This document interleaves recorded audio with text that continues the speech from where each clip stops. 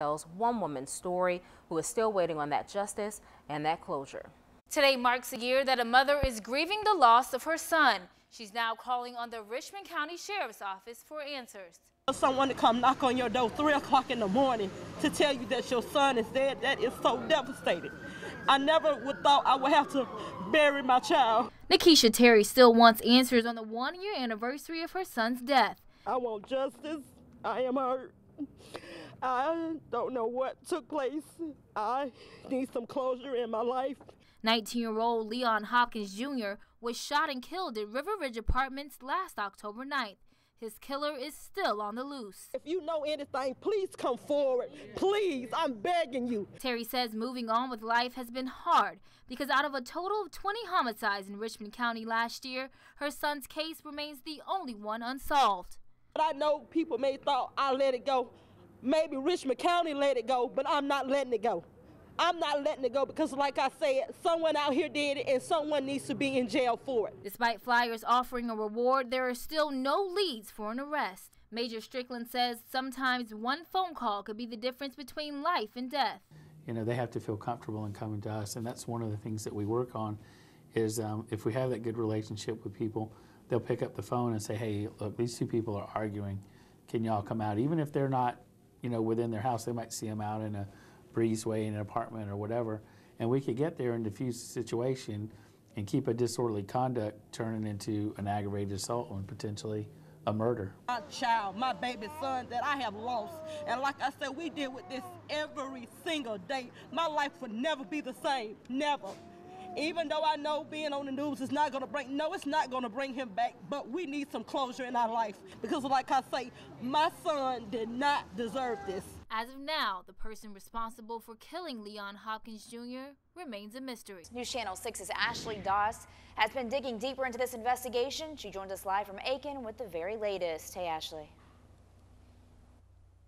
That's right, Barkley. I'm here on the scene where this all started here in Aiken County. And as you take a look behind me, you can see here at this home, there is still crime scene tape here at 209 Dean's Drive where this officer-involved shooting happened. Now, we were here earlier this morning. We actually got a chance to speak to the homeowner, and she described to me the events that led up to that final standoff.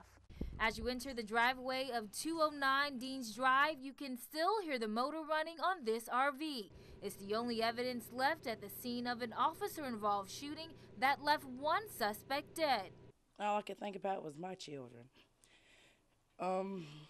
Life is too precious, too short. You never know who's going to take it. I know my kids are terrified. I kept them out of school today. They've got a million questions about it. Questions that even Christy Turner couldn't answer about what caused 43-year-old Joel Keenan to drive his RV to their home in the middle of the night. Turner said her husband went to approach the RV when out of nowhere. He kicked the door open, slammed it open, and he came out with a gun talking about he owns this neighborhood. This is his neighborhood now.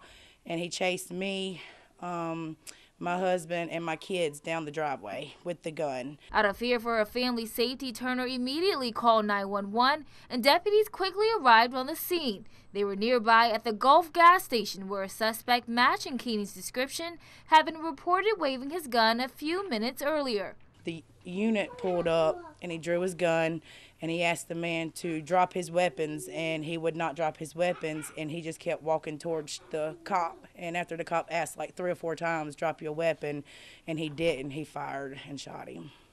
Those shots ended Keenan's life, bringing what turned into a horrible night for the Turner family to an end.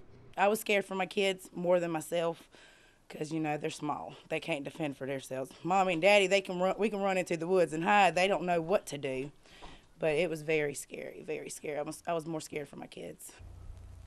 Now, we just received the name of that deputy involved in yesterday's shooting, Sylvester Young, who's been with the Aiken County Sheriff's Office since December of 2014, has been put on administrative leave pending this investigation. Now, earlier, I also had a chance to speak to Keenan's mom, who was on the scene. She did not feel comfortable going on camera at this time, but did share with me that he is survived by his wife and 3 children. Now, we will make sure to keep you updated with coverage you can count on. You can head over to our website at WJBF.com for the latest.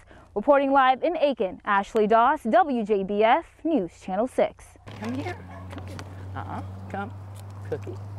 Burke County is the largest county in the state of Georgia, and to some, it's the dog dump capital of the world. With no animal control or animal shelter, Holton is calling on county commissioners for help. Every time I went to take off the trash or down the road, there were animals dumped everywhere. 10 years ago, Samantha Holton created Gerard Lifesaver, an animal rescue for abandoned pets in Burke County. I don't think they're really getting the whole picture of how bad it is and how bad this needs to be a really aggressive spay-neuter program to bring down the numbers we have here. Holton has spent thousands of dollars of her own money to take care of the animals living at her rescue. She recently went before the commissioners asking for funding, and they allotted her $2,000. I just feel like it's pathetic. It's not enough. It's not enough to do what we need to do to bring this under control. Wednesday, commissioners held a meeting to approve the fiscal year budget that included nearly $500,000 for animal control. The Board of Commissioners have been trying to work on the problem. They've established a committee. Committee's recommended they establish a shelter. So they put money in the budget to hire an animal control officer and build a shelter and to work with the rescue groups. The budget will go into effect on the 1st of October, but Holton is worried about what will happen with the stray animals until the shelter is built. The only thing that's going to help this problem in Burke County is prevention. When she went before the board to ask for more money, this is what she was told.